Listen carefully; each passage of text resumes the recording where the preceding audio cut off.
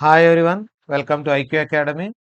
AP TET సంబంధించిన స్కోర్ను ఎలా చెక్ చేసుకోవాలి మనం అనేది ఈ వీడియోలో చూడబోతున్నాం. చాలా మంది ఏపీ టెట్కి వచ్చిన రెస్పాన్స్ షీట్లో స్కోర్ చెక్ చేసుకోవడానికి చాలా టైం పడుతుంది. 150 క్వశ్చన్స్ను పూర్తిగా చెక్ చేసుకొని వాళ్ళ స్కోర్ చూసుకోవాలంటే చాలా టైం పడుతుంది. కాబట్టి దాన్ని ఈజీ మెథడ్లో ఎలా చేసుకోవాలి, ఒకేసారి మొత్తం స్కోర్ డిస్ప్లే అవుతుంది.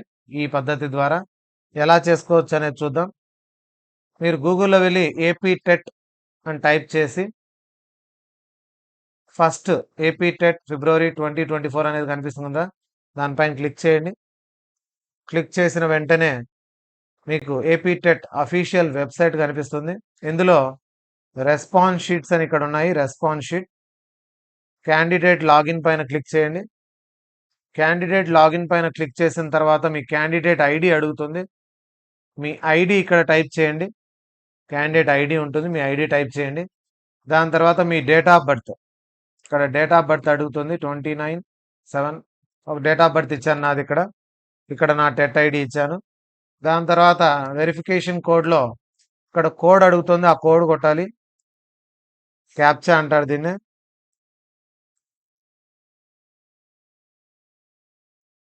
సో వెరిఫికేషన్ క్యాప్చా కింద ఏదైతే ఉందో అది కొట్టిన తర్వాత లాగిన్ కొట్టాలి. లాగిన్ కొట్టిన తర్వాత మీకు మీ డీటెయిల్స్ అనేవి కనిపిస్తాయి ఇక్కడ. సో ఈ డీటెయిల్స్లో లెఫ్ట్ సైడ్ కార్నర్లో పైన హోమ్ పేజ్ క్యాండిడేట్ సర్వీసెస్ అని కనిపిస్తుంది. ఈ క్యాండిడేట్ సర్వీసెస్లో రెస్పాన్స్ షీట్ డౌన్లోడ్ అని ఉంటుంది. సో ఈ రెస్పాన్స్ షీట్ డౌన్లోడ్ పైన క్లిక్ చేయండి. క్లిక్ చేస్తూనే మీకు రెస్పాన్స్ షీట్ అనేది ఇక్కడ కనిపిస్తుంది. మీ డీటెయిల్స్తో పాటు కింద రెస్పాన్స్ షీట్ కనిపిస్తుంది. ఇక్కడ మీరు రాసిన paper. Click here to download or view అని ఉంది కదా, దీనిపైన క్లిక్ చేయండి.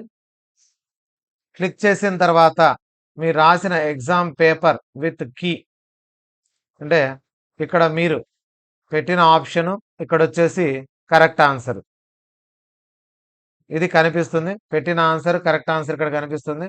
ఇవన్నీ చెక్ చేసుకుంటూ వెళ్ళాలంటే మనకు చాలా టైం పడుతుంది. కాబట్టి దీన్ని జస్ట్ ఏం చేస్తామంటే ఇక్కడ ఉండే యూఆర్ఎల్ ఉంది కదా పైన, దీన్ని కాపీ చేసుకుంటాం. ఇక్కడ పైన ఉండేదాన్ని మనము దీన్ని మాత్రమే ఈ యూఆర్ఎల్ అడ్రస్ను మొత్తం కాపీ, కంట్రోల్-C కొట్టుకొనైనా లేదా రైట్ క్లిక్ ఇచ్చి కాపీ చేసుకుంటాం.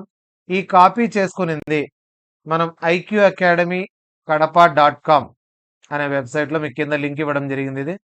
ఇందులోకి వెళ్తే రెస్పాన్స్ షీట్ క్యాల్కులేటర్, ఇందులో మీకు రెస్పాన్స్ షీట్ క్యాల్కులేటర్ ఇక్కడ ఉంటుంది. ఈ కింది పక్క రెస్పాన్స్ షీట్ స్కోర్ క్యాల్కులేటర్ అని కిందికి వస్తే ఇక్కడ ఉంది. దీనిపైన క్లిక్ చేయండి. క్లిక్ చేసిన తర్వాత కిందికి వస్తే ఇక్కడ response sheet score calculator click here అని ఉంది కదా, దీనిపైన క్లిక్ చేయండి.